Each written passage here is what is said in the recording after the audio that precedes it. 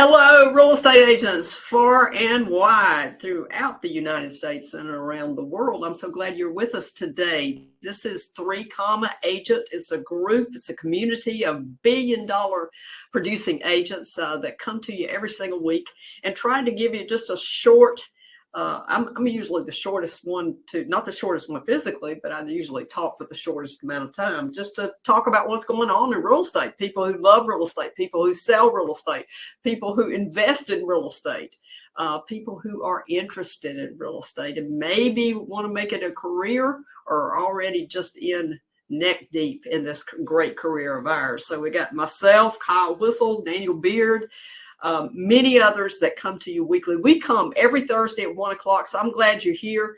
Today, I'm going to talk what everybody is talking about in real estate, and of course, that is the class action lawsuit that just had the verdict handed down in Kansas City last week and got awarded a whopping $1.7 billion worth of money. And guess who's going to get about 40% of that? That goes to the attorneys. And when it's parsed out, it'll probably be less than $2,000 to each of the people that joined that lawsuit. But never fear, we have to go forward. And it's being portrayed, this lawsuit is being portrayed in Kansas as a big win for the consumer. And I disagree wholeheartedly that this is a win for the consumer. Especially, I don't consider it a win for the home buyer. And I hope it's granted. I hope it's turned over during the appeals. Meanwhile, we got to do business. We have to feed our families. We are small business people. You know, the majority of real estate, even though these really large companies were named in this lawsuit, the majority of real estate agents are small business owners. And actually, the average earning for a real estate agent in the United States is about $55,000. So that's small markets, large markets. An average, are sometimes deceptive, but they have got in mind, this is an antitrust case that talks, their aim, actually what they're talking about is to shake up how the real estate industry operates. And they're probably going to do that. I remember the last time the government got involved in real estate, that was around 2007, 2008. I could talk a long time about that, but I won't bore you. I'll come up with current events rather than telling you about the last time government got involved with real estate. So we're just in the middle of a very long, complex legal tug of war. It's been going on for years, and the verdict was just handed down last week. So it may end up in the Supreme Court. We really don't know. But I do know this, the attorneys are the biggest winners. And the lawsuit really is targeting NAR, National Association of Realtors, and DOJ is targeting NAR and they've stated this, to put them out of business. That's what their lawyers have said. So they're looking for nationwide changes, and nationwide changes they will get eventually. So I just want to tell you that when Uncle Sam points their power at you, you're in trouble. There's going to be some changes in your life. So I fully expect there to be changes in representation laws. What's the saddest thing about it is the person who needs the most representation is the first-time home buyer, low-end home buyers, FHA, VA buyers. They need representation. And if this vein goes through one way, the worst way it could, only the wealthiest people that are buying real estate could afford representation. And I think that is a travesty. So I'm very much hoping the appeals work. But here for you, the real estate agent, don't get distracted. You've still got to play as usual right now while this case is being appealed. And I want to tell you that just you've got to step away from the noise, because the noise will paralyze you. It really will.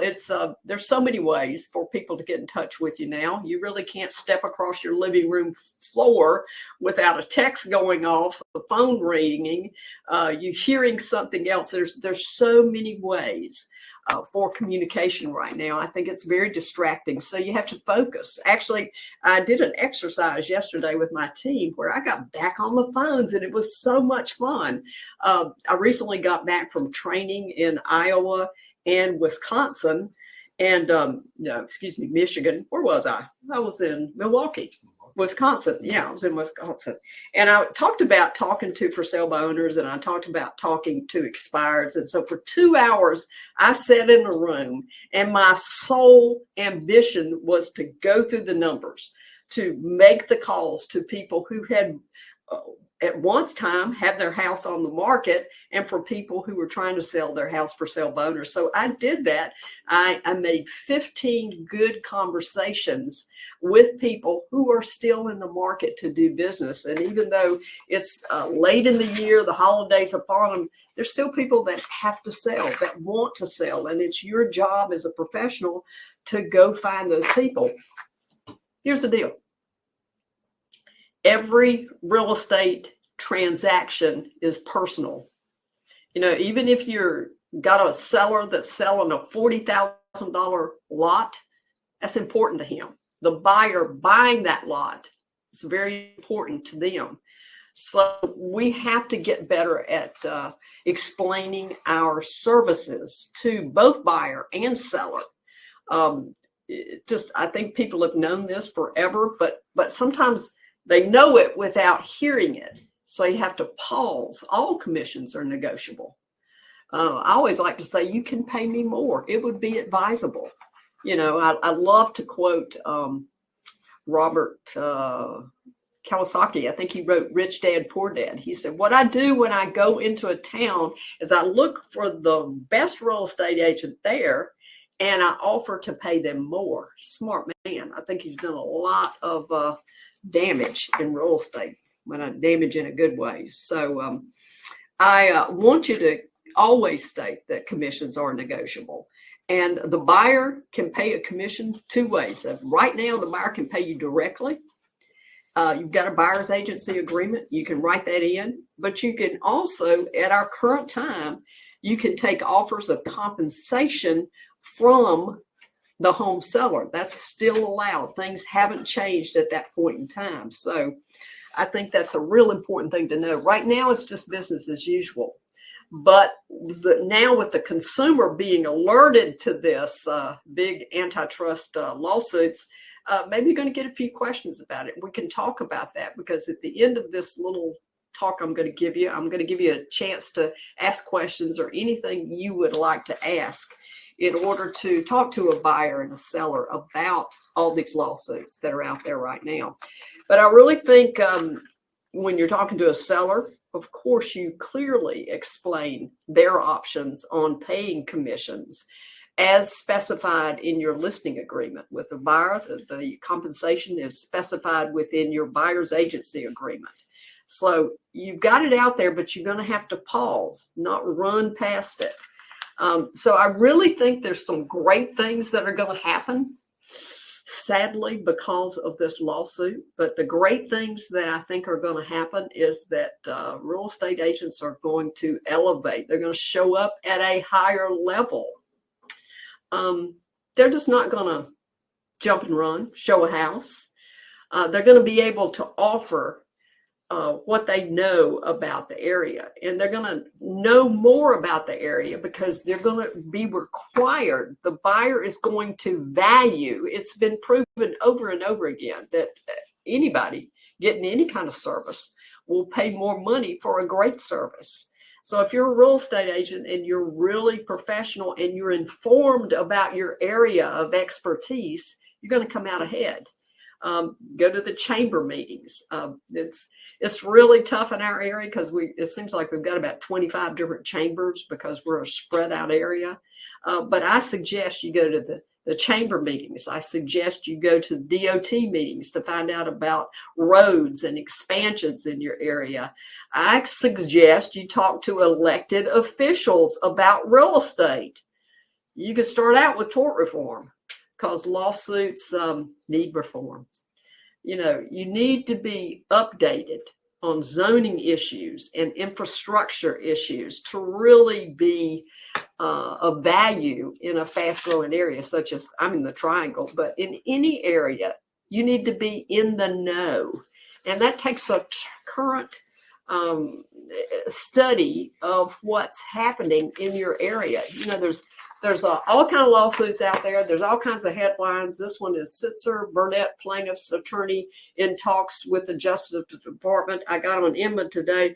This is the headline now. The mother of all commission suits is filed in Illinois. So you're going to see this.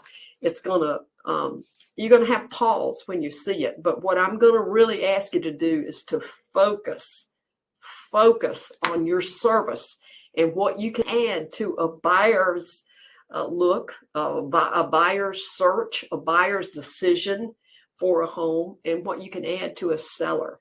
So improve your service, get more knowledgeable. They're saying, you know, predictors are saying that a great many people are going to get out of real estate.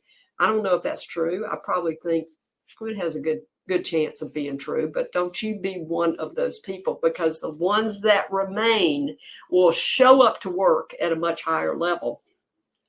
So I'd just like to mention, I've been in real estate for over 30 years, and I just want to mention to you why I get paid. You know, we're going to close, I really don't know, we close somewhere between 30 and 50 homes every single month, and those homes are very important to us. Those sellers and buyers are very important to us.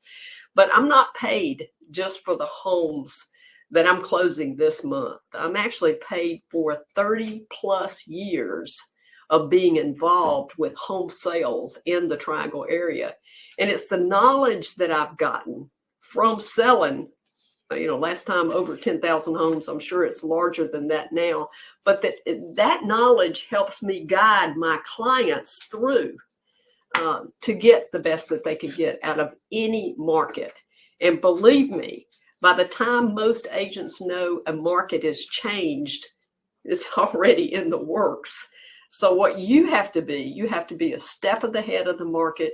You've got to study your stats. We're fortunate in this area to have the TAR report, which is a report that I've read from a top appraiser in this market that goes through many, many stats in our areas over and over again. Actually, there's some national stats that really go local to your community that I would love to send out to you, so that if you don't have anything that you can point to that is training you and giving you information and giving you data on current events in real estate, this could give you back. One is Keeping Current Matters. That's a great little report. That's more on a national level. If you're dealing with buyers that are relocating, this will help you. Others, this will help you a great deal. And there's others, and I can send them to you. I'd be glad to send them to you if you message me or anything like that. So I'll just take just a few minutes, because I told you I'm not a long talker. I'm here for just a few to catch us updated. Any questions you've got about dealing with these lawsuits, I'd be glad to answer them. Sharon Andrews, has she heard about the new buyer lawsuit just filed? Yes, I did. I just mentioned it. It's called, in Inman called it the mother of all lawsuits. And it is pointed straight towards buyer's agents, as opposed to the last one was pointed really towards the listing agent. So yeah, I'm real familiar with it, Sharon. And right this second, that one's just out of the gate. So it's going to be, if that one lasts as long as this former one, this former lawsuit has been in the works for at least 5 years and maybe 7 years. It's been in the works for a very long time. So this one just out of the gate is going to change some things, but it's probably going to be 5 years from now. So I think we need to do business as usual right now. Anything you want to talk about? We've got just a few more minutes. I'm going to hang around, and then I'm going to tell you, you're in a great profession. It's got the ability to change your life, to change your family's life. You just got to have the focus and the determination to be better, show up at a higher level. Okay, guys, that's about all I got for you. I appreciate you being here. See you next week. Take care.